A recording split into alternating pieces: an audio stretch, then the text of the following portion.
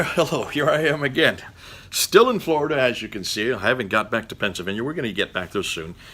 And I've got my brown shirt on again, which means I'm going to be talking about the Quran again. And we want to finish off this whole thing with the Qira'at and the Ahruf, these different dialects or these different readings or these different transmitters, these rawis or riyawat. And these are fascinating because when you look and see what we're now finding out, it's amazing because I thought there was always only supposed to be one Quran. Remember, that's what we started out with. Then it jumped to 7 and then jumped to 10 and it jumped. Well, hold on a minute. I'm probably confusing you because some of you probably don't know what I'm talking about. So let's review. Let's go back. Let's go back to my PowerPoint that I had introduced over a week ago, and let's review what we're talking about and try to get back on page again so that we can see where we're going to go with this. Okay? Hold on. Come with me.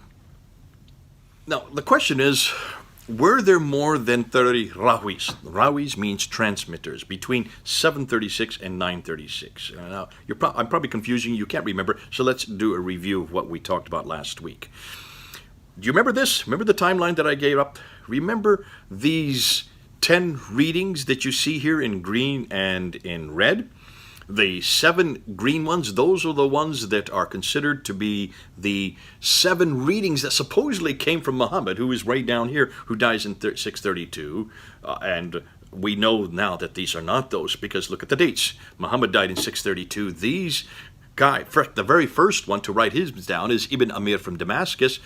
He dies in 736. Then comes Ibn Kathir from Mecca. He dies in 738. Asim from Kufa. He dies in 745. Abu Amir from Basra. He dies in 770. Hamza from Kufa. He dies in 772. Nafi from Medina. He dies in 785. And Al-Qasai from Kufa. He dies in 805. So none of these people were living at the time of Muhammad. They weren't even doing their work in the same century Muhammad was living. So you can see these are not those 7 that supposedly Jibril gave to Muhammad while he was still living. These are the 7. These are the only Qurans. These are the first Qurans. These are the first Qira'at. These are the first readers that we have access to. And that's why you can buy theirs. There, you can still buy those. That's Hatun has bought hers. And these are well available, easily available on the internet. I just ordered 7 of them last week.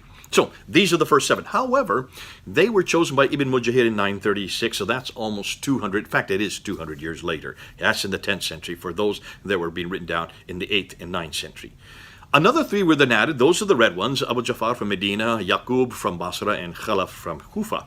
And they were added by Al-Jazari. Remember Al-Jazari? He died in 1429. So that's the 15th century. That is 800 years after Muhammad. So none of these guys could certainly have been living at the time of Muhammad. No, these are the 10.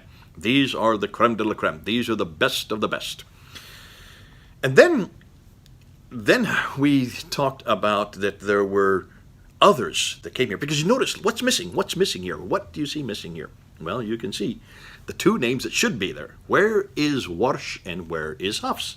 They're the ones that should be there, right? Because they are the ones whose Quran we have today.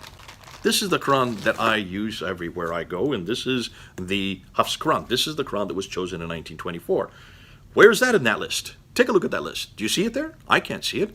And I mentioned this last week. We need to know where Hafs is. Well, Hafs is brought in here. Remember this? These are the 20 narrators that were ascribed to every one of these 7 readers. Each one of those readers was given 2. And these 2 were chosen. Well, the first 14 were chosen by Ibn Mujahid for those 7. And then the other 6 were chosen by Al-Jazari for the other 3. Making 20. So 20 narrators, or rawis, or transmitters, or students, or those who come on the line of each one of the original 10.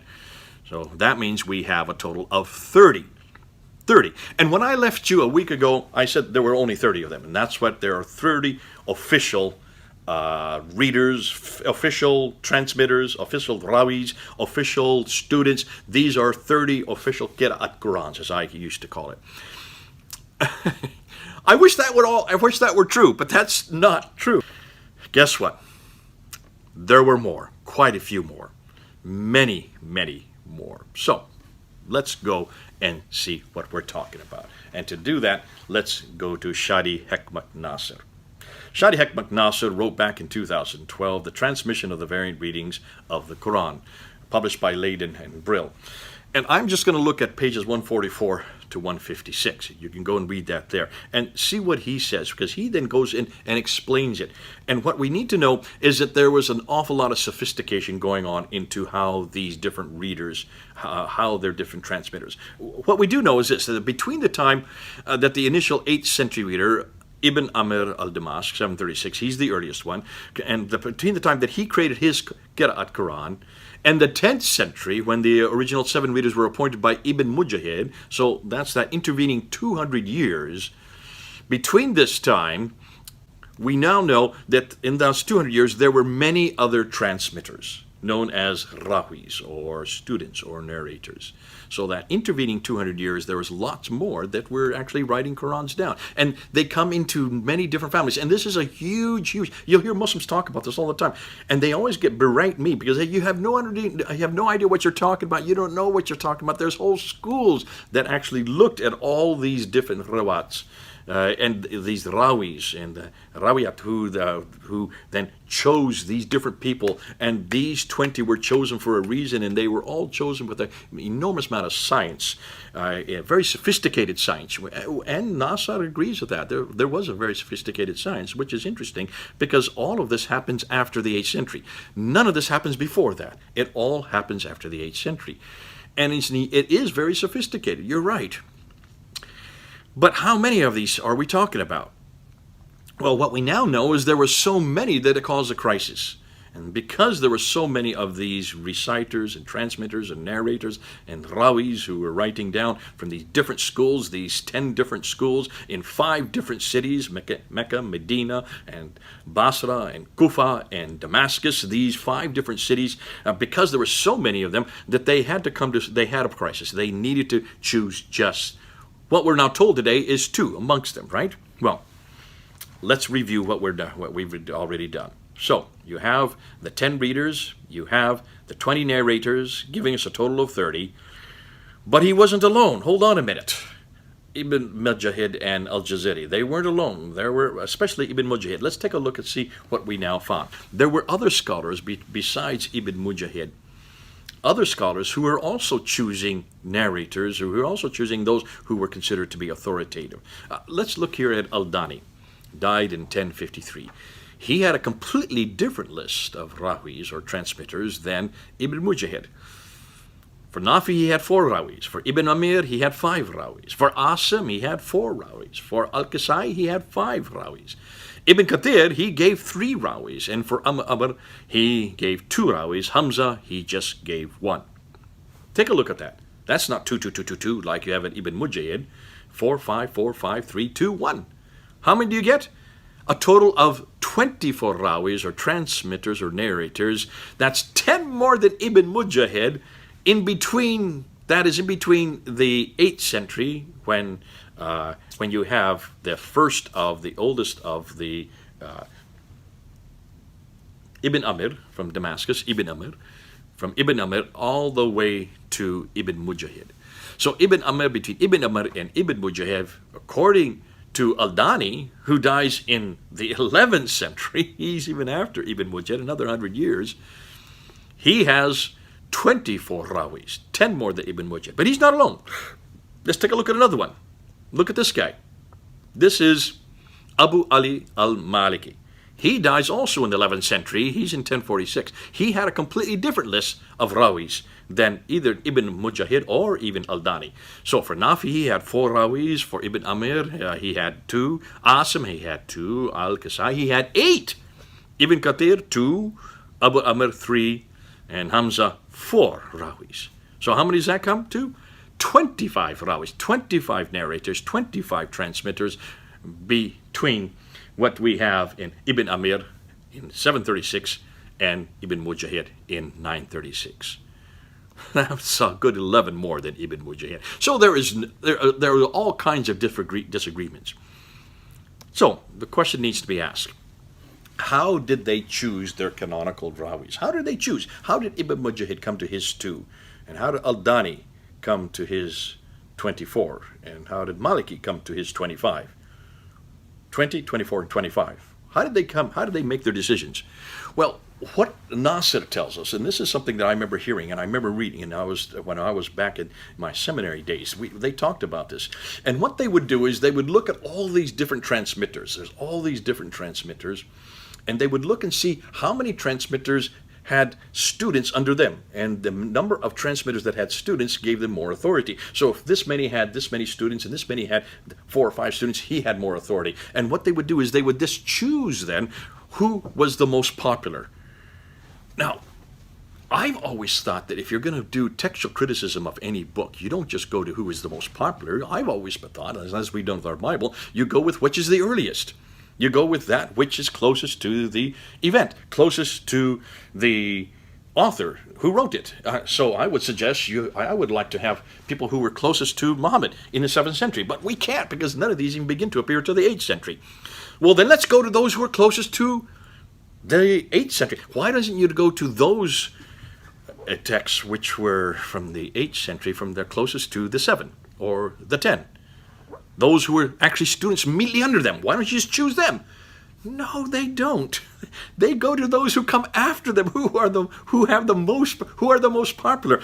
It's all to do with popularity. Well, that's not always true either. Nasser comes and he looks at Nafi, and he looks at particularly, remember, Nafi is from Medina, and Nafi's dates are 689 to 785. So around the late 8th century, he is writing his Quran down, and then he has students underneath him, right? From Medina. So you would assume, well, maybe his students are from Medina. So that's why they were chosen. Now, we do know that according to what we see on the chart, remember the chart that I said you need to get off of Wikipedia? This is one I keep using. When you have Nafi, we knew that he has 2 narrators according to Ibn Mujahid, Qalun and Warsh. Qalun and Warsh. So how did he choose Qalun and how did he choose Warsh? Well, according to Nasser, he chose Qalun because Qalun's from Medina. Bingo. That makes sense to me. And then why Warsh? Well, actually, when you look at Warsh, Nasser said, he doesn't have many students after him. He has very few students after him. And as a result, he wasn't very popular. So he should not have been chosen. So why was he chosen? Well, there were 2 other narrators that should have been chosen above Warsh. One is called Ismail ibn Jafar, and the other was called al-Musayyabi. Musayyabi and Jafar. Why weren't they chosen? They had many more students than Warsh had. Well, it turns out there are a number of reasons why Warsh was chosen. One is that Ismail bin Jafar and al-Musayyabi stayed in Medina along with Qalun. So therefore there were 3 major transmitters that were there in Medina and there was just two too many. They had to choose one of those 3. Why? I would have suggested they chose 2 of them. At least they're closer and they are in the same city that Nafi comes from, and they should have at least been able to catch a little bit of what he said. Understand me, what's interesting is their Qurans don't even agree with Nafi. But nonetheless, why Warsh? Why was Warsh chosen? According to Nasser, while Qalun stayed in Medina, good old Warsh moved to Egypt. He didn't stay in Medina. He lived in Egypt, and he was there for 20 years. And Al-Dani, who has another list that comes after, remember he was 1046, he's in the 11th century, he has another list, he puts also Warsh there. And why? Because he went and spent a year in Egypt and studied under one of the reciters of Warsh. And so because of that, affinity, he decided to put Warsh down. And so good old Ibn Mujahid put Warsh down. So the reason that Warsh was chosen was because he lived in Egypt. Had nothing to do with his ability, had nothing to do with whether he had a better Quran or not, had nothing to do with whether his Quran was like Nafi's. In fact, they didn't even compare the 2 Qurans. They were completely different. I mean, when you stop and think of it, it's odd. I've never heard of using this kind of textual criticism. I've never come across this kind of textual criticism.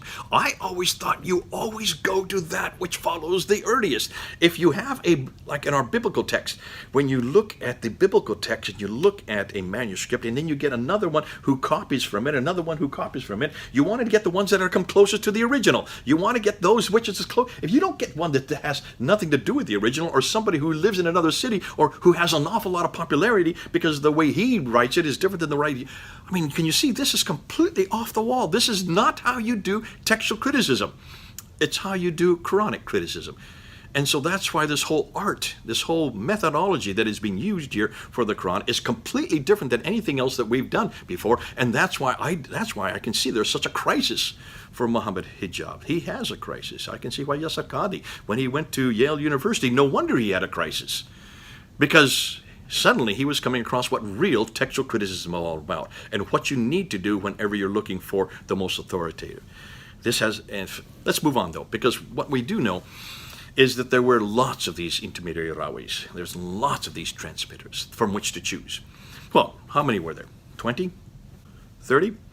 Let's go and see what Nasser. Now I want you to look at this graph here. So, take a look at this graph here. This is what Nasser has in his book from 2012. Look at the qira'ats between Ibn Kathir in Mecca, 738, and Ibn Mujahid. So there you have Ibn Kathir there, okay? I've circled him in green.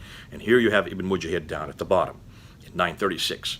So basically there's about almost 200 years between them. Between those intervening 200 years, take a look at all those names. Look at all the graph. Now notice, these are not before Ibn Kathir. These all come between Ibn Kathir and Ibn Mujahid. And which were the ones that were chosen by Ibn Mujahid? Well, he chose Al-Bazi over here and Qunbul. And the reason why is because they had more students behind them, and because they didn't have single strands. Neither of them had single strands, and also because of the ones they went before them. And so that's the science that Muslims are talking about. They look at this and they say, look at the sophistication of this science. And I'm saying, who cares if Qunbul and Al-Bazi don't have the same text as Ibn Kathir? I would throw them out because they are not following Ibn Kathir. That's what's important to me. So how many of these different texts, how many of these different Qira'at Qur'ans, how many of these different written Qur'ans, because these were all written down, and that's why they are different. They weren't just recited, because you had to write, once you recite it, you then write down what you recite. Take a look, 59 different Qira'at Qur'ans, 59 different Qira'at Rawi Qur'ans, all of them written down, 59 of them. I always thought maybe it was just 2. Turns out it's much more than 2. It's 59 just between Ibn Kathir and Ibn Mujahid. Now let's take a look at another one. Here is Nafi, okay? Nafi.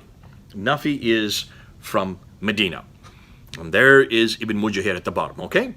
Take a look at all the different all the different rawis between them.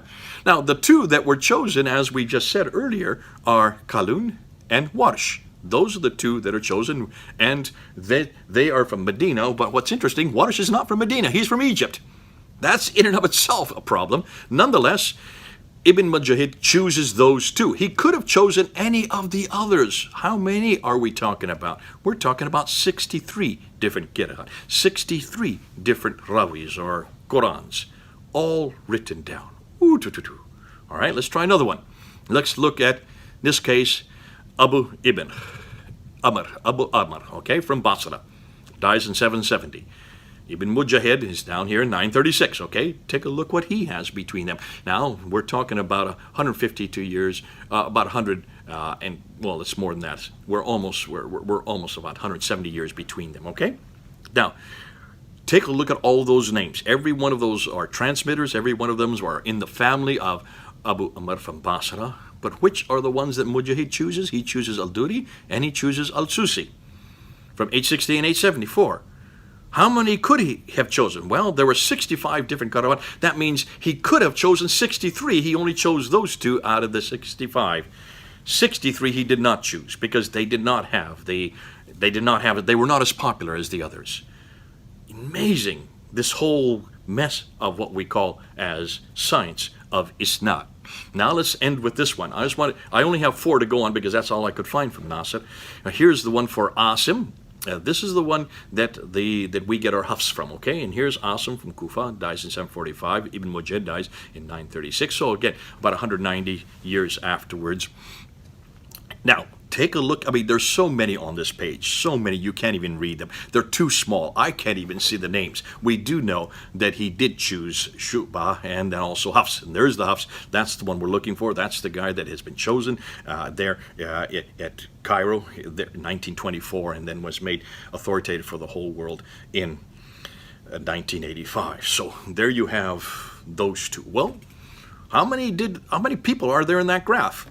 91 different Qur'ans, 91 different Rawi Qur'ans, all written down, folks. 91 of them, goodness sakes. And the only reason they chose these two is because they were more popular. Look at all the strands that come after them. There's a whole spider's web of material that comes after them. That's why they were chosen. Not because they had better Qur'ans. As we're going to find out with Hafs, he shouldn't have chosen Hafs. But that's for the next video to come. Wait till you find out about what we know about Hafs now. They should never have chosen Hafs. And Ibn Mujahid should never have chosen Hafs. Nonetheless, let's continue on. Let's just add these all up now. Conclusions. Qira'ats between Ibn Kathir in Mecca and Ibn Mujahid, 59. Qira'ats between Nafi in Medina and Ibn Mujahid, 63. Qira'ats between Abu Amr in Basra and Ibn Mujahid, 936, 65. And then Qira'ats between Asim in Kufa and Ibn Mujahid in 936, 91. Now, total of 278 different possible Qur'ans were written down between the 8th century and the 10th century. So we're talking about 200 years. In that 200 years, intervening years, we have just 278 just from those four. But remember, there were 7. So if you want to look at the average of the 4 is 70, you total them for all the 10 that were there. Remember the 10, if you want to total them all up for 10, that is almost around 700 different written Qira'at Qur'ans. Almost 700 different Qur'ans that could have existed. Can you then understand why the Muslims are having a crisis of faith? 700 different Qur'ans. I'm just guessing because I've only seen 4 of them. I've not seen all 10. There's 6 more to go. But if already within the 4 we have 278, you just multiply that for another 6 and you get around 6 to 700 of these Qira'ats, 6 to 700 of these Rawi Qur'ans, 6 to 700 of these different Qur'ans all written down. And the only reason why the 20 were chosen was because of their popularity. Nothing to do with their ability, nothing to do with whether their Quran was any better or any closer to those which they got it from. And to be careful, to be weird, I mean, this is what's odd about it. Even the 7 readers and the 3 that were chosen by Al-Jazari, what was their criteria? Because there's no isnad that goes before them.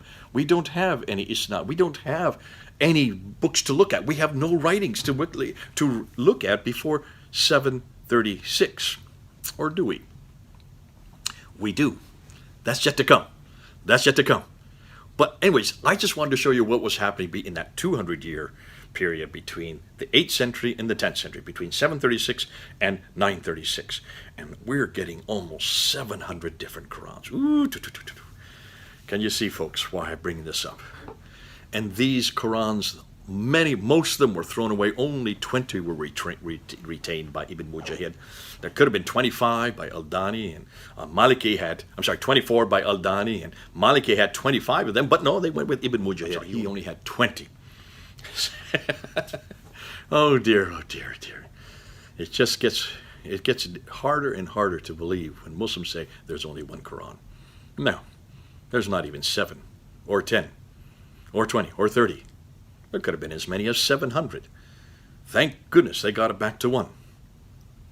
And that one, this one here, wait till you hear what we have to say about this Quran. That's next. Okay, this is Jay then. Over and out.